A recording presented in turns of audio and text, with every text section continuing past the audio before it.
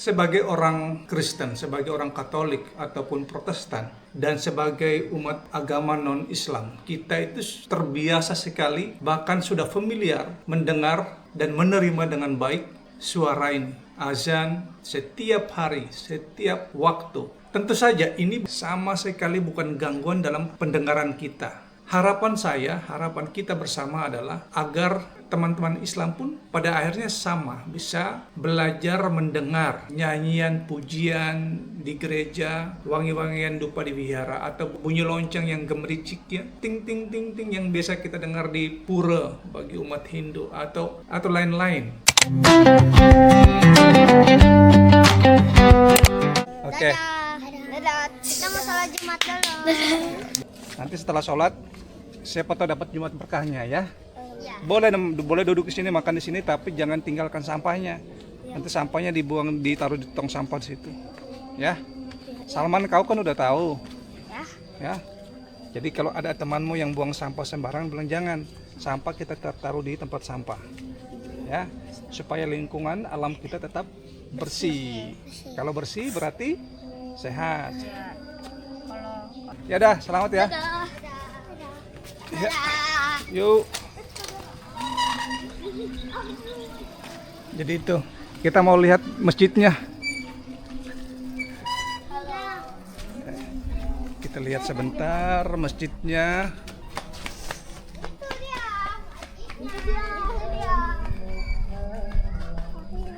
Nah, ini masjidnya, Masjid Al-Madinah di perumahan kami, ya, yang kami bangun bersama ya.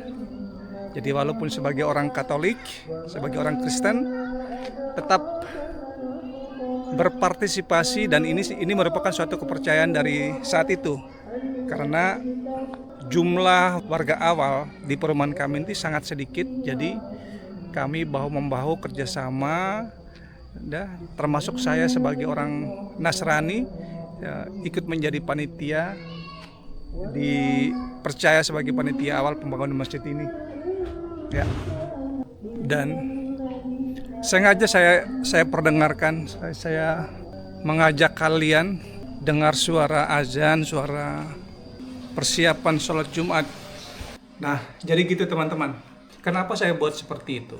Sebagai orang Kristen, sebagai orang Katolik ataupun Protestan, dan sebagai umat agama non-Islam, kita itu terbiasa sekali, bahkan sudah familiar mendengar dan menerima dengan baik suara ini, azan setiap hari, setiap waktu. Tentu saja ini bukan suatu gangguan sama sekali bukan gangguan dalam pendengaran kita, sama sekali tidak. Saya percaya bahkan kalau satu hari saja suara azan tidak diperdengarkan, ini bukan hanya orang Islam saja yang bingung atau bertanya-tanya, bahkan kita yang non-Islam ya, kita yang Katolik, kita yang Protestan, kita pun akan terheran-heran kenapa suara azan tidak kedengaran. Karena ini sudah menjadi budaya, sudah menjadi bagian dari kehidupan masyarakat, terutama di Indonesia. Jadi dengan memperdengarkan ini, saya ingin mengajak kita berpikir di luar konteks biasa, yaitu bahwa harapan kita bersama adalah agar teman-teman Islam pun pada akhirnya sama, bisa belajar mendengar nyanyian pujian di gereja, wangi-wangian dupa di wihara, atau bunyi lonceng yang gemericik ya, ting ting ting ting yang biasa kita dengar di pura bagi umat Hindu atau lain-lain. Maksudnya apa? Supaya kita sebagai orang Indonesia itu tidak sensitif lagi, merasa bahwa kalau kita dengar pujian, nyanyian, ibadah agama lain, itu kita tidak lagi alergi, tidak lagi sensitif dan menganggap itu sebagai gangguan. Itu yang saya maksudkan kenapa video ini saya buat seperti ini. Ini saya sengaja karena belakangan ini kan kita seringkali mendengar atau kita seringkali melihat berbagai peristiwa penolakan, ya, pelarangan, pengusiran, pembubaran jemaat suatu agama ketika mereka menjalankan ritual atau ibadat agamanya. Yang paling dekat dengan ingatan kita adalah peristiwa di Bantul, Yogyakarta, atau pada peristiwa Jumat Agung yang lalu di Teluk Naga, Tangerang Selatan. Itu kan menjadi pelajaran. Dan berbagai peristiwa sebelumnya, banyak sekali peristiwa-peristiwa yang terjadi yang oleh kita semua itu meresponnya dengan marah, dengan mengecam. Bahkan sebagian dari pelaku-pelaku itu harus diamankan oleh pihak berwajib, kemudian mereka berurusan dengan aparat keamanan. Nah, seharusnya kan hal itu tidak terjadi kalau kita bisa menerima, kalau pendengaran kita, pandangan kita itu bisa menerima seperti suara azan atau suara pengantar menjelang sholat Jumat seperti ini.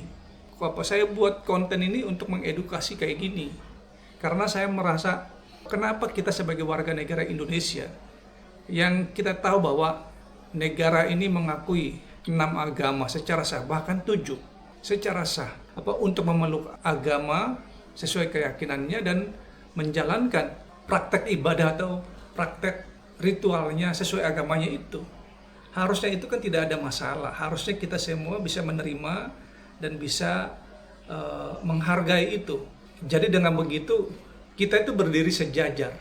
Semua pemeluk agama akhirnya berdiri sejajar. Tidak ada klaim bahwa saya mayoritas, kamu minoritas, itu tidak ada.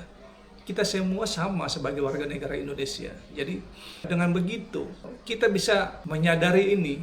Jadi bahkan saya cenderung berpikir gini, mungkin ya pada setiap peristiwa penolakan, larangan, pengusiran dan lain-lain yang terjadi selama ini, jangan-jangan itu settingan yang dibuat oleh teman-teman kita yang Islam, ya. Jangan-jangan itu adalah cara mereka untuk memperhatikan keberadaan kita dalam artian positif ya. Maksudnya begini, peristiwa penolakan, larangan dan lain-lain itu, jangan-jangan itu adalah bentuk ekspresi cinta dari teman-teman kita yang Islam, tapi dengan bahasa yang berbeda. Ya, mereka pakai cara yang berbeda yang mungkin yang lebih reaktif, ya, untuk mengingatkan kita, yuk, ya, misalkan kita sebagai umat Kristen ya, umat Katolik, umat Protestan, yuk, jangan diam-diam saja, lalu tiba-tiba ada kerumunan, ada puji-pujian atau lain-lain ya dalam kegiatan peribadatan itu. Jangan setengah-setengah, maksudnya jangan disembunyikan, diperdengarkan saja, biasakan itu untuk mereka dengar. Jangan-jangan teman-teman kita yang Islam ini juga ingin mendengarnya, ingin mengetahui apa ini, kegiatan apa ini, ibadatkah, seperti apa. Jadi di pikiran saya itu cenderung beranggapan demikian, beranggapan bahwa ini jangan-jangan hanya bentuk cinta dari teman-teman yang Islam, tapi versinya beda, lebih reaktif, yang di mata kita itu memberi kesan ini penolakan, ini larangan. Itu sah-sah saja, tetapi maksud saya adalah agar kita sebagai umat non-Islam juga terbuka, kita memperdengarkan dalam cara-cara kita. Cara beribadahnya orang Katolik itu begini, cara beribadahnya orang Protestan itu begini.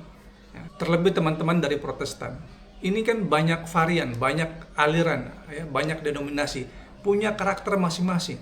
Ada yang ibadahnya pakai band, ada yang ibadahnya husuk, ya, seperti di Katolik, dan macam-macam. Ini terdengar asing di telinga teman-teman kita yang Islam. Jadi saya memandangnya bahwa jangan-jangan ini semua adalah cara kreatif mereka untuk membantu kita dari kebiasaan kita. Kita jangan terlalu tertutup. Jangan-jangan itu juga mereka ingin tahu lebih.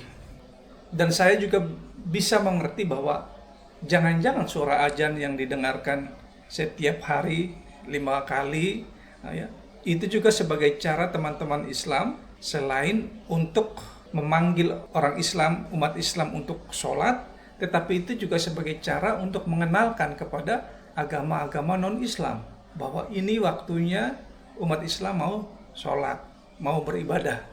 Dan di Indonesia kan pemandangan ini lumrah, sehingga kita sampai tidak terpikirkan sama sekali, sedikit pun tidak, bahwa itu sebagai suara yang mengganggu.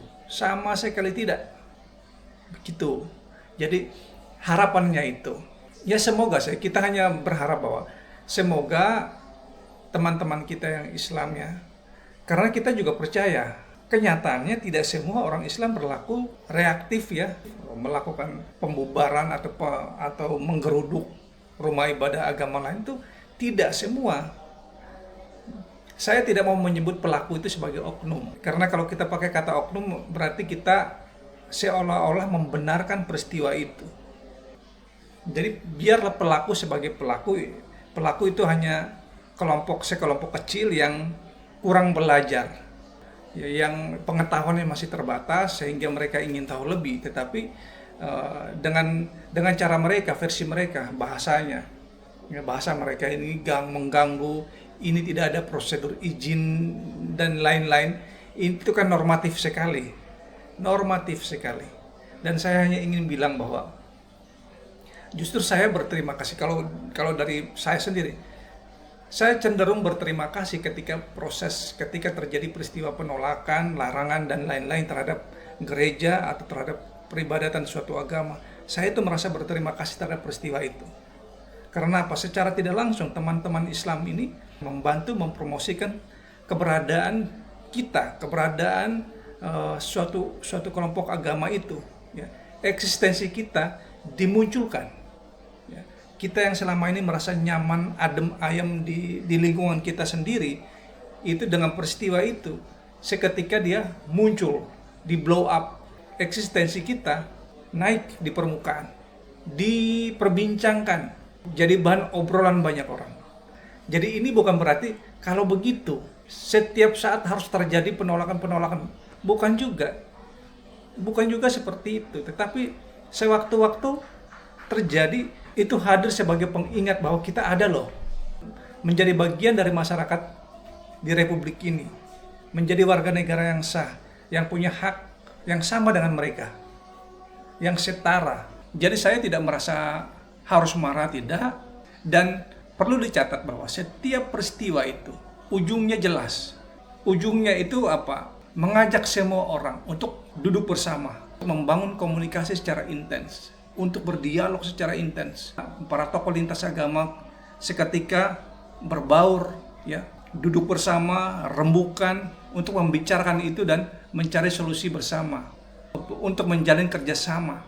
Jadi saya melihat itu kok, iya, di sisi lain bahwa tindakan reaktif dengan cara-cara yang mengganggu kenyamanan suatu kelompok, itu memang tidak dibenarkan. Tetapi di sisi lain, saya memandang ini sebagai cara lain teman-teman kita yang Islam ini membantu kita memperkenalkan keberadaan kita. Saya ingat waktu Hari Santri Nasional tahun ini ya, 2026 ini. Nah, waktu itu sebagai orang Katolik, kami dilibatkan bersama untuk ikut apel bersama para santri di lapangan Tegara Beriman di kompleks Pemda Kabupaten Bogor. Dan saat itu setelah selesai apel, kita berbaur bersama teman-teman ustadz dan ustazah, kita banyak cerita.